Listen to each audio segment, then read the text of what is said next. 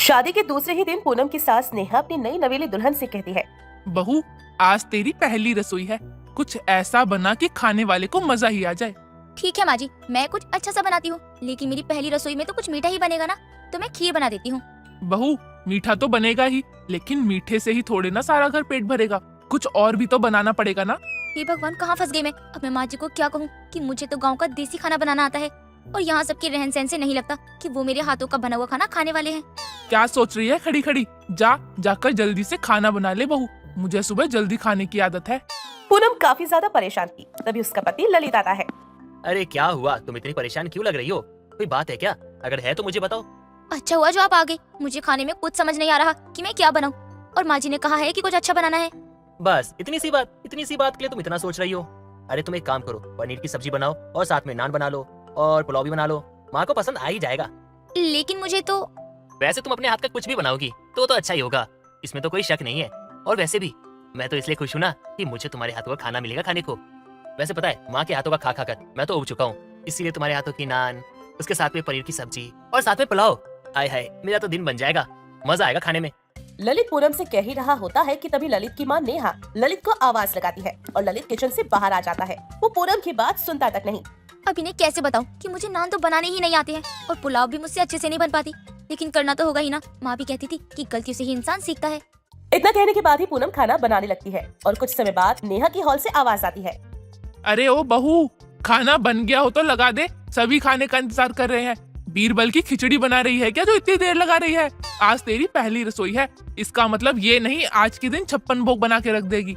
अरे भाई, हम सबको बहुत जोरों से भूख लग रही है। पूनम जल्दी से रसोई से खाना लेकर आती है। खाने की खुशबू से ललित कहता है, हाँ, खुशबू तो बहुत अच्छी आ रही है, लगता है सालों बाद कुछ अच्छा खाने को नसीब होगा। हाँ क्यों नहीं, आज बीवी क्या आ गई, माँ के हाथों का तो खाना ही भूल गया तू, और बीवी के हाथों का खाना खाए बिना ही गुणगान गा रहा है। पूनम अपने पति और सास के लिए खाना लगा ही रही होती है, तभी नेहा की पड़ोसन विमला का आना होता है। क्या बात है नेहा, तेरे तो भाग खुल गए, सुबह सुबह ही बहू के हाथों का गर्मा गर्म खाना मिल रहा है। अरे विमला, आना, सही समय पर आई है तू। आज बहू की पहली रसोई थी तो तू भी खाकर ही जाइयो। ये भी कोई पूछने वाली बात है, मैं तो जरूर खाऊंगी नई बहू के हाथ का खाना। अब पूनम खाना लगाकर अपने कमरे में चली जाती है और इधर विमला को नेहा नान देने के लिए जैसे ही नान उठाती है तो देखती है कि सारी जली जली रोटियां डब्बे में रखी है और पनीर की सब्जी में पनीर नाम के ही नजर आ रहे हैं। और पुलाव को देखकर नेहा मन में कहती है, ये क्या सत्यानाश किया है इस औरत ने, पहले ही दिन इस विमला के सामने बेइज्जती करवाएगी। अरे नेहा, लगा भी खाना, खाने की खुशबू तो बहुत जबरदस्त आ रही है। अरे माँ, कोई मदद चाहिए क्या आपको या फिर जल्दी दोगी? अरे भूख लगी है माँ, जल्दी दे दो। हाँ देती हूँ, सब्र कर। अब नेहा तो समझ चुकी थी कि पूनम को खाना बनाना नहीं आता, लेकिन वो विमला के सामने क्या ही बोलती, और वो विमला और ललित को खाना निकाल कर दे देती है।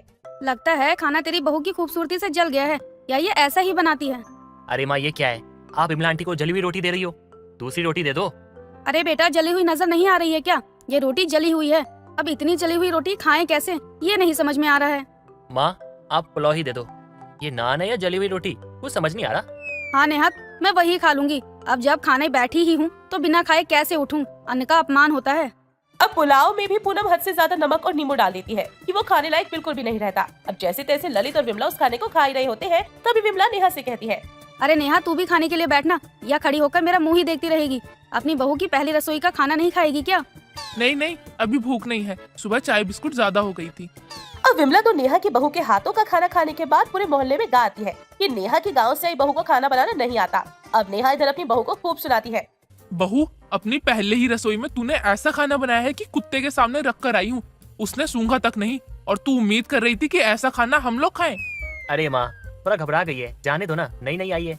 तो शादी ही क्यों की? जब उसका सारा डर निकल जाता तो इसके घर वाले इसकी शादी करते। पूरे मोहल्ले वालों के सामने इसने मेरी नाक कटवा दी। अगर इसे खाना नहीं बनाना आता तो ये बोल भी सकती थी ना। माँ, कैसी बातें कर रही हो आप? कौन सी पूरे मोहल्ले के सामने नाक कटी है आपकी? अरे बस विमला आंटी तो खाकर गई है। विमला उन 100 मोहल्ले वालों के बराबर है जिससे पूरे मोहल्ले को नेटवर्क मिलता है। कहाँ क्या हुआ है सब खबर रहती है उसे, बस विमला को नेटवर्क मिलना चाहिए।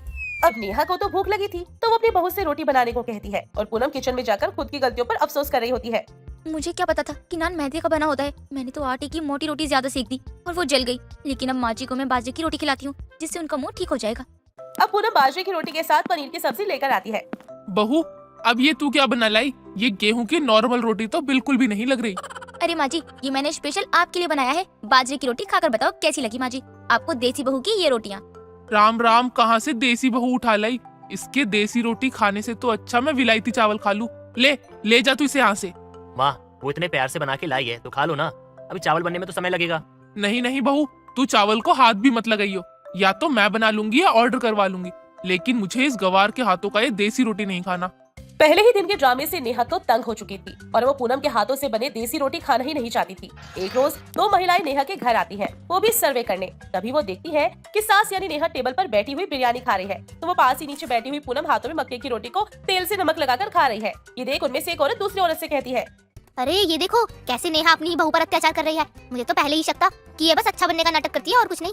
हाँ हाँ, ये तो सही कह रही हो तुम। देखो, उसे नमक रोटी खाने को दिया हुआ है और खुद बासमती चावल की बिरयानी तोड़ रही है। 1 मिनट रुको, उन्हें कुछ बोलने से पहले मैं इनकी फोटो निकाल लेती हूँ। शीला को दे दूंगी, वो महिला आयोग में काम करती है ना।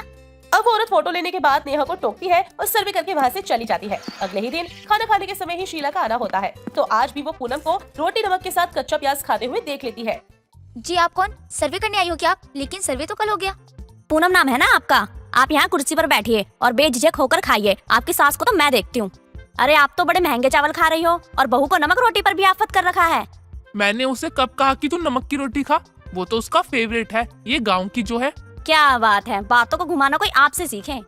लेकिन मैं तो सच कह रही हूँ। और बहू, तू कुछ बोलती क्यों नहीं? अब आप अपनी भोली भाली बहू को डरा रही हैं। चलिए मेरे साथ, मैं आपको बताती हूँ। हम महिला आयोग वाले हैं, ऐसी सास को सबक सिखाना में बहुत अच्छे से आता है। अरे नहीं जी, आप सच में गलत समझ रही है। मुझे चावल पसंद नहीं है और माँ जी को ये रोटी, तो हम अपने अपने हिसाब से देसी रोटी और विलायती चावल खा रहे हैं। तो क्या हमें गलतफहमी हुई थी? अरे माफ कीजिएगा बहन जी। अब इस धोखे के बाद नेहा कभी भी टेबल पर बैठकर खाना नहीं खाती और अपने कमरे को ही बंद करके खाना खाती थी। खिचड़ी खाना बहुत पसंद था। एक दिन वो अपने सर पर कपड़ा बांधकर अपनी सास सावित्री के पास जाती है। माँ जी, आज खाने में क्या बनाऊँ? मुझे तो कुछ भी समझ नहीं आ रहा है। अरे बहू, बाद में बना लियो। पहले तो ये बता कि तेरी तबीयत खराब है क्या? तूने सर पे कपड़ा क्यों बांधा हुआ है? हाँ माँ जी, वो कल से पता नहीं क्यों मेरे सर में बहुत दर्द हो रहा है। अभी जब बर्दाश्त नहीं हुआ तो मैंने सर पर कपड़ा बांध लिया कि शायद थोड़ा आराम मिल जाए। अरे बहू, ये सब करने की क्या जरूरत थी? तू एक गोली खाती ना तो एकदम ठीक हो जाती। रुक, मैं तुझे अभी दवा देती हूँ। नहीं नहीं माँ जी, मुझे दवा की कोई जरूरत नहीं है। मैंने रात से 2 गोलियां खा ली हैं। ज्यादा दवा तो नुकसान करेगी ना मुझे ही। हाँ बहू, ये तो सही कह रही है। ज्यादा दवा खाना भी ठीक नहीं होता। अब तू क्या करेगी? कुछ नहीं करूंगी, आप जो बोलेंगी वही बनाऊंगी, उसके बाद आराम करूंगी। नहीं बहू, तुझे इतना दर्द हो रहा है, ऐसे में तुझसे मैं क्या बनवाऊँ? माँ जी, आप जो बोलेंगे ना मैं वही बना दूंगी। बहू एक काम कर, तुझे जो खाना है और जो जल्दी बन जाए तो वो बना ले, क्योंकि तुझे दर्द हो रहा है ना, और ऐसे में तुझसे काम करवाना मुझे अच्छा नहीं लगेगा। ठीक है माँ जी, तो फिर मैं मसाला खिचड़ी बना देती हूँ। मसाला खिचड़ी? बहू, हम कोई बीमार नहीं है। माँ जी वही है जो जल्दी बन जाएगा, इसलिए मैंने कहा था। बाकी आप जो कहेंगे ना मैं वही बना दूंगी। नहीं बहू, तू बना ले, तुझे जो ठीक लगे तो वो बना। अपनी सास की बात सुनकर दिशा बहुत खुश हो जाती है और रसोई में जाकर मसाला खिचड़ी बनाना शुरू कर देती है। कुछ देर के बाद वो अपनी सास को खाने के लिए बुलाती है। क्या हुआ माँ जी, आइए ना खाते हैं। आप खिचड़ी को ऐसे क्यों देख रही हो? कुछ नहीं बहू, वो क्या है कि जब से तू इस घर में आई है तब से ही मेरे घर में खिचड़ी बनना शुरू हुआ है, वरना हम माँ बेटे तो खिचड़ी की तरफ देखते भी नहीं थे। कोई बात नहीं माँ जी, मेरे साथ खिचड़ी खाते खाते धीरे धीरे आपको भी आदत हो जाएगी। नहीं नहीं बहू, तू अकेले ही खा, हमसे ये बीमार वाली खिचड़ी रोज रोज नहीं खाई जाएगी। माँ जी, मेरी खिचड़ी कोई सादा खिचड़ी नहीं है, बल्कि मसाला खिचड़ी है। अब चलिए खाते हैं, वरना ठंडी हो जाएगी खिचड़ी। अपनी बहू का दिल रखने के लिए सावित्री जैसे तैसे करके उसके साथ बैठकर खिचड़ी खाती है। अपनी पसंद की चीज पाकर दिशा तो पेट भर कर खाती है, लेकिन सावित्री आधा पेट खाकर ही उठ जाती है। थोड़ी देर के बाद दोनों अपने कमरे में जाकर सो जाती है। आधी रात को सावित्री की आंख खुलती है। तो पेट में चूहे कूद रहे हैं, उसका क्या करूं? मुझे खाने के लिए कुछ तो चाहिए, बहुत भूख लगी है। एक काम करती हूँ, जाकर बहू को बोलती हूँ, कुछ बना देगी। बहू, तेरा सर दर्द आराम हो गया ना? तभी तो तू फोन चला रही है। हाँ माँ जी, थोड़ा बहुत आराम हुआ है, लेकिन आप ऐसा क्यों बोल रही हो? क्योंकि तुझे अभी रसोई में चलकर मेरे लिए कुछ बनाना पड़ेगा, क्योंकि तेरी मसाला खिचड़ी मुझे पसंद नहीं आई। मेरे पेट में चूहे कूद रहे हैं, चलकर कुछ बना दे। माँ जी, आधी रात को मैं जाकर आपके लिए कुछ खाने को बनाऊं? हाँ बहू, वरना मुझे नींद नहीं आएगी।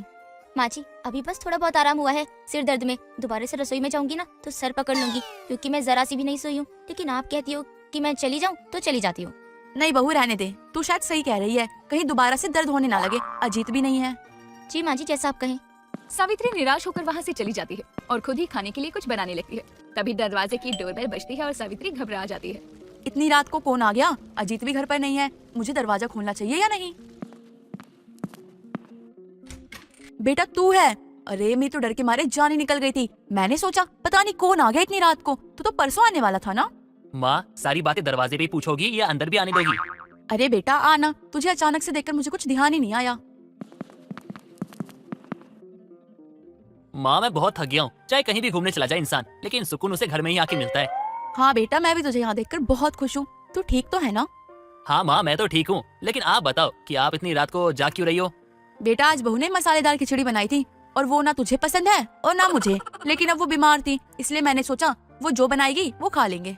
माँ मुझे एक बात समझ में नहीं आती, यहाँ लोगों की बीमारी में खाना छूट जाता है, कुछ खाने का मन नहीं करता है, और एक ये मैडम है जो बीमारी में मसालेदार खिचड़ी खाती है। कहीं कुछ तो गड़बड़ है दया, मेरा मतलब है माँ, कहीं ये खिचड़ी खाने के लिए बीमार होने का नाटक तो नहीं करती? बेटा तू भी कैसी बातें कर रहा है, ऐसा कुछ नहीं है। ठीक है माँ, आप एक काम कीजिए, आप कमरे में जाके बैठिए, मैं मैगी बना के लाता हूँ, हम दोनों माँ बेटे मिलके खाएंगे साथ में। अपने बेटे की बात सुनकर सावित्री को थोड़ी तसल्ली मिलती है और वो अपने कमरे में चली जाती है। थोड़ी देर के बाद अजीत मैगी बनाकर अपनी माँ के कमरे में आता है और दोनों खा पीकर आराम से सो जाते हैं। अगले दिन सुबह दिशा अपने बगल में अजीत को सोया हुआ देखकर डर जाती है। अजीत जी उठिए ना और बताइए मुझे कि आप कब आई। जब तुम घोड़े बेच के सो रही थी ना तब आया था मैं। अब परेशान मत करो यार, सोने दो मुझे, सुबह सुबह नींद खराब कर रही हो। अगर रात में आई थी तो जगा नहीं सकते थे मुझे? क्यों, रात में तुम्हें क्यों जगाता मैं? घर का दरवाजा किसने खोला? देखा हो यार, पकाओ मत मुझे सुबह सुबह, सोने दो मुझे। आधी रात को आया था मैं और माँ ने दरवाजा खोला था, वो जाग रही थी इसलिए। अब कुछ भी पूछना हो ना तो बाद में पूछना, अभी सोने दो मुझे। अजीत दूसरी तरफ करवट करके आराम से सो जाता है। दिशा भी तैयार होकर रसोई में जाती है और अपनी पसंद की मसाला खिचड़ी बनाकर डाइनिंग टेबल पर सजा देती है। कुछ देर के बाद अजीत और सावित्री वहाँ आते हैं और डाइनिंग टेबल पर खिचड़ी देखकर एक दूसरे को देखने लगते हैं और एक साथ दिशा से बोलते हैं, फिर से खिचड़ी? माँ जी आपने ही तो कहा था कि जो मन करे वो बना लो। बहू वो तो तू कल बीमार थी इसलिए बोला था, अब तो बीमार थोड़ी ना है।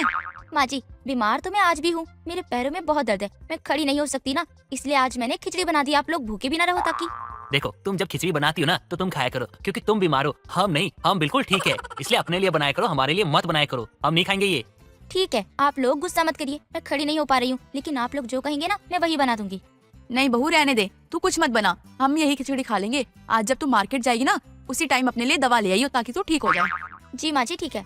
दिशा घर की लाडली बहू होने के कारण सबसे अपनी बात मनवा ही लेती थी, क्योंकि कोई भी उसे तकलीफ में नहीं देख सकता था। थोड़ी देर के बाद अजीत अपने ऑफिस के लिए चला जाता है और सावित्री पड़ोस में। शाम के समय दिशा भी मार्केट जाती है, जहाँ एक गोलगप्पे के ठेले पर खड़ी होकर वो आराम से गोलगप्पे खा रही थी। तभी अजीत बाइक से वहाँ आ जाता है। अच्छा तो तुम्हारा खिचड़ी के अलावा कुछ और खाने का मन ही नहीं करता, लेकिन गोलगप्पे खाने का मन करता है? हाँ जी वो मैं खिचड़ी खा कर बोर हो गई थी ना, तो सोचा एक दो गोलगप्पे खा लेती हूँ ताकि थोड़ा सा मन साफ हो जाए। अच्छा, जिसे मसाला खिचड़ी इतनी पसंद है कि वो उसके अलावा कुछ और खाना ही नहीं चाहती है, वो खिचड़ी खा के बोर हो गई। और हमारे बारे में सोचा तुमने, जिसको खिचड़ी पसंद ही नहीं है उसका क्या? अगर माँ को पता चला ना कि उनकी बीमार बहू घर में तो खिचड़ी खाती है और सबको खिलाती भी है और मार्केट में जाके गोलगप्पे ठूसती है, तो क्या होगा? ऐसा मत कहिए, माँ जी मुझसे बहुत प्यार करती है, मैं उनकी नजर में बुरी नहीं बनना चाहती हूँ। मैं आपसे वादा करती हूँ कि आज के बाद बीमारी का कोई नाटक नहीं करूंगी और अपनी पसंद के साथ साथ माँ जी और आपकी पसंद का भी ख्याल रखूंगी। बस आप माँ जी को कुछ मत बोलना प्लीज। ठीक है, अब बैठो और चलो घर। अजीत इतना कहकर दिशा को लेकर घर चला जाता है। उस दिन के बाद से दिशा जब सच में बीमार पड़ती है तभी खिचड़ी बनाती थी और बाकी दिन सबकी पसंद का खाना बनाया